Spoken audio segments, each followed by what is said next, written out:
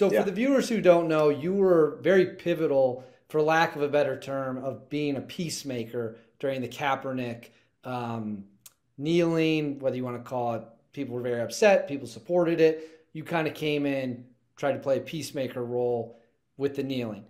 My question for you is that's already 7 or 8 years ago at this point. I think that was 2016, so 7 years ago.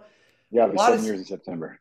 a lot has happened since you came in, and I think what you did was good. You tried to bring people together. He has said and done a lot of things since then about cops, the military, communism. When you look back, knowing what you know now and the things that were said in the years that followed, do you regret getting involved, or are you still okay with getting involved and maybe just wish some of those things about murders and had not been said? Yeah, no, I mean, I don't regret getting. I would do it again, and I would probably say the same things. I mean, for a little more context for those that don't know, this was I met him right at the beginning of when he was sitting on the bench Right. protesting. So he was sitting on the bench, sort of away from the team, and um, you know, when I first heard about it, it was like people blowing up my inbox saying, "You need to say something." I'm like, "What? What happened?" Like I didn't even know what happened.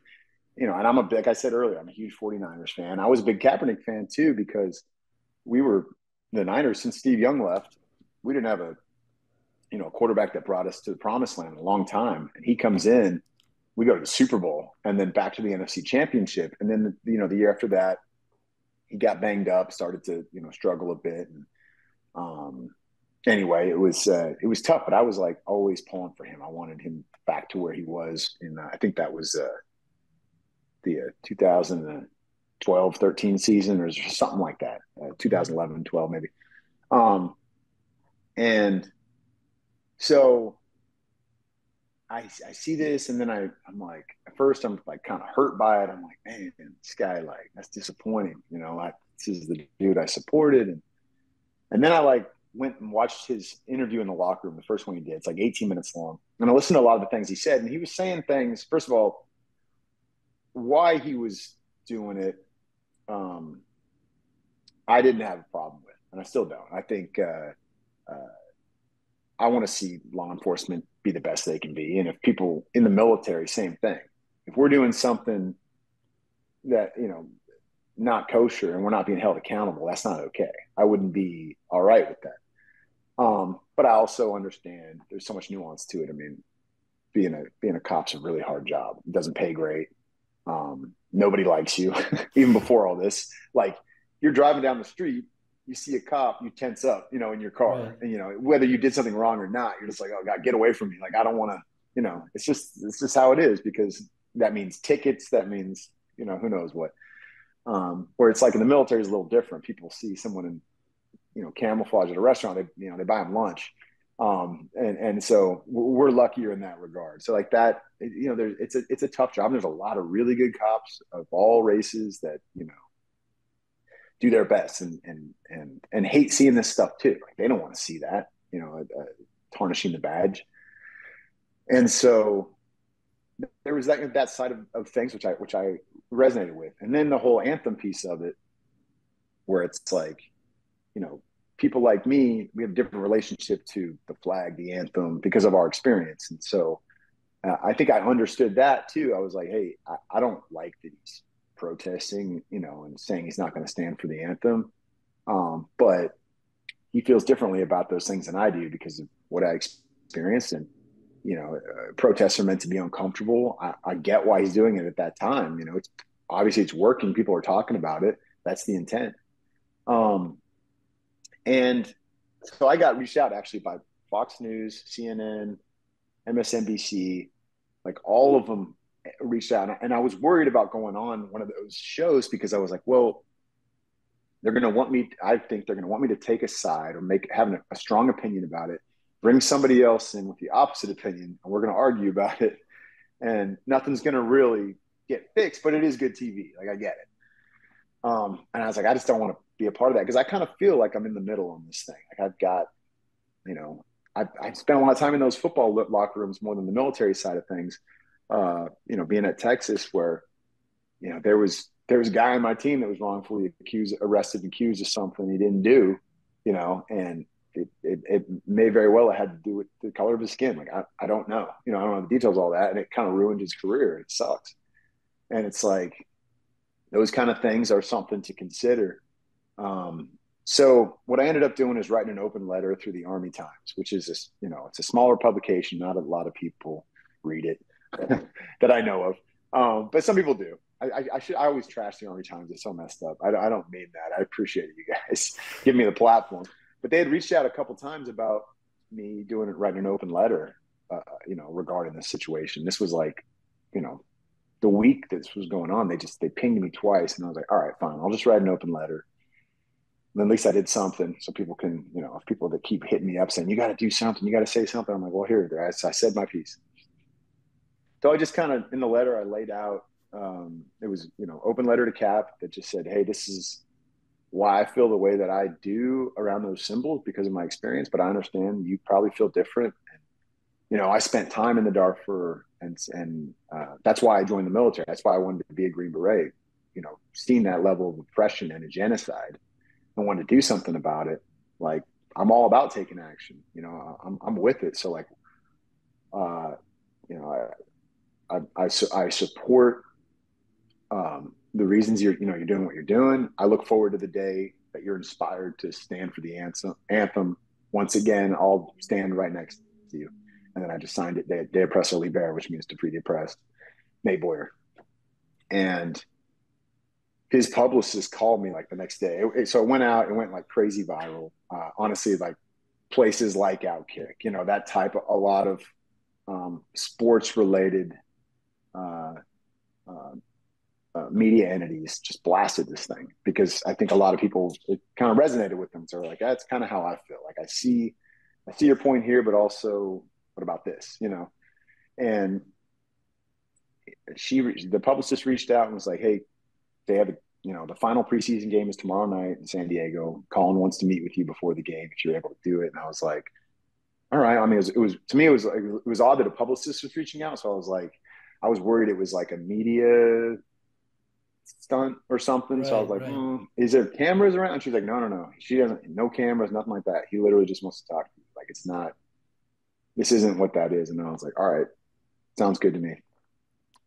So I go down to San Diego from LA. I meet him in the lobby of the hotel. It was him and Eric Reed, actually.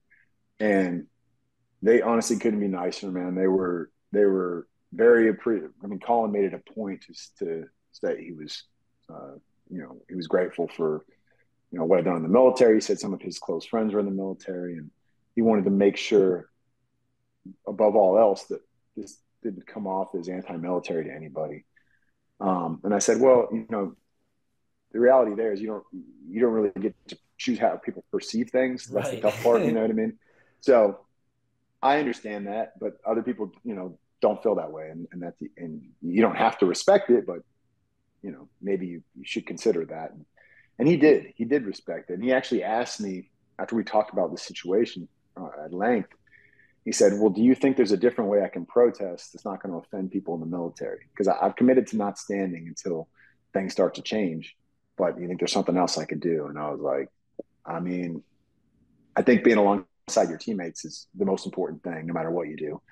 Those people are, you got to go out there and do a job with them. I think it's a good message for the country and the world that we may not all agree on everything and, see eye to eye, kind of have different opinions about stuff. But when it's time to go do a job, like when I'm in the military, time to go on mission, I don't even like half the people I'm, willing to die for, and vice versa. But they'd still take a bullet for me. You know what I mean? And that's pretty cool. Right. That's pretty unique and special. And he agreed that was important. And he was like, well, I'm not going to stand. So I said, I mean, I guess the only other option then is to take a knee. I said, I think kneeling is, I think it's a better look than sitting back on the bench like you don't care. That's what some people may perceive. I said, I think kneeling's respectful. People take a knee to pray and propose to their future spouse. When a player on the field is hurt, the other players often take a knee out of respect. And when I go visit my best friend's grave at Arlington, I take a knee, in front of the headstone. And so in my opinion, like I think that's an upgrade, or at least an adjustment that I think a lot of people will welcome. And they didn't. And part of that was the way it, was sort of portrayed in the media. Once again, like all of a sudden I became the guy that told Kaepernick to protest. And I was like, I never told him to yeah, protest, no, and that's unfair. Anyone who says that is just not looking at the facts. I know we're running close on time here, so I just want to, if you could talk to him today, and maybe you still do Yeah, talk to him. I don't know. right. It's 2023. I think the thing that it wasn't so much the protest, it was a lot of the stuff that came after. The pig socks, they're slave catchers, they murder with impunity and get paid vacation. All that came after, way after you got involved. If you could talk to him today, would you say, hey, people are with you, or some variation? People are with you, but you got to be less explosive and incendiary with claims of that nature. Yeah, no, I mean, to be fair, I haven't talked to him, and it's probably been 5 years. But yeah, I mean, that was a tough part. Look, I remember like so he agrees to kneel. I stand next to him on the sideline when that happened that night. I told him I'd be there with him. I stood next to him, and I hear the most prominent sound I heard was the booing, and I was like, to me, that was way more disrespectful than anybody taking a knee. Right? People booing during the anthem, and it's like, all right, if you really care that much, what do you're not even standing there with your hand on your heart singing the thing. You're booing somebody else. Right.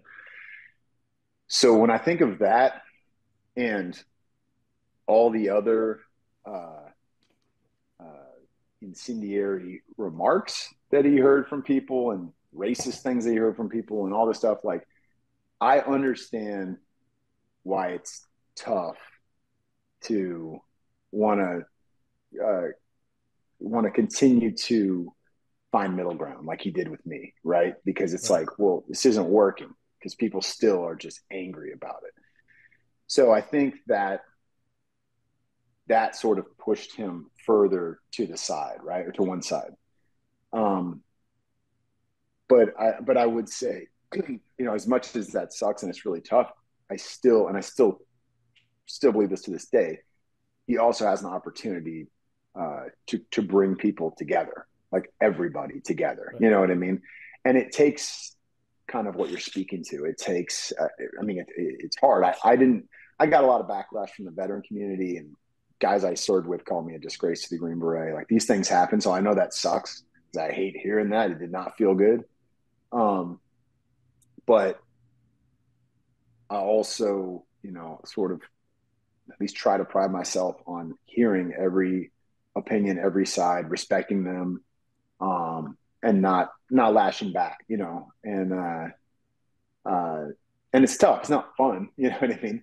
It's tough, and it would be a hell of a lot easier for me to just gravitate towards the side of this thing that sort of embraces me, and says, well, you're a war hero or whatever, which isn't.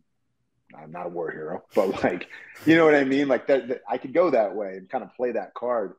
Um, but I just, I don't want to, because I want to focus on more people on, being understanding and coming together and like figuring this thing out. Um, so yeah, that's a tough one. I mean, like that's, when I heard about it, I didn't see it, but when I heard about, um, some of the stuff that, well, I did see some, stuff that had been tweeted, and, and you heard about stuff with the show that he had done for Netflix as well, and kind of the comparisons to slavery and playing in the NFL, stuff Oh like yeah, that. Like, I forgot that one, you but know, yes. yeah, Yeah. I mean, that was tough because I was like, and I wasn't in contact with him at the time, and I wish I still was in contact with him because I respect him, and I think I know he is a good man. You know what I mean? And he has a big heart. Um, but these are decisions people make on their own, and he certainly has his reasons as to why he feels the way he does, and he's every right to feel that way. I mean, we all do. That's the great thing about this country is we do have the freedom to believe and express Right. ourselves. Absolutely. Absolutely. It's part of being I an mean that's American. that's what I fought for. Right. Yeah, I mean, I took the oath to defend the Constitution, and the First Amendment is exactly that. So, at the same time, um, understanding that the things that you say and you do uh, also affect people as well. You know what I mean? And can hurt people. And just it's hard. I don't know. I'm not. Never been a person of color in this country, so I don't want to pretend with that experience to know anything about what that experience is like. But I still think he has that opportunity to be a part of bringing this country back together. Well, Nate, that was a really, I like that you brought up a lot of good points there. I think people will agree with a lot of it. Some of them might not agree with it, but it's your opinion. And I, like we That's just okay. said, and that's okay. This is the United States of America. We have a right to That's express right. ourselves. Nate, I want to say thank you. This was pretty neat. This was awesome. It is, check out Merging Vets with Players. Check out the movie MVP. If you're watching this, you can find Nate on Instagram and social media as well. So, Nate, on behalf of the Outkick audience, I want to give you a big thanks, not only for joining us today, but also your experience on the armed forces. Thanks, David. I appreciate it, brother. I thank you for having me and having an open conversation, brother. That's what it's all about.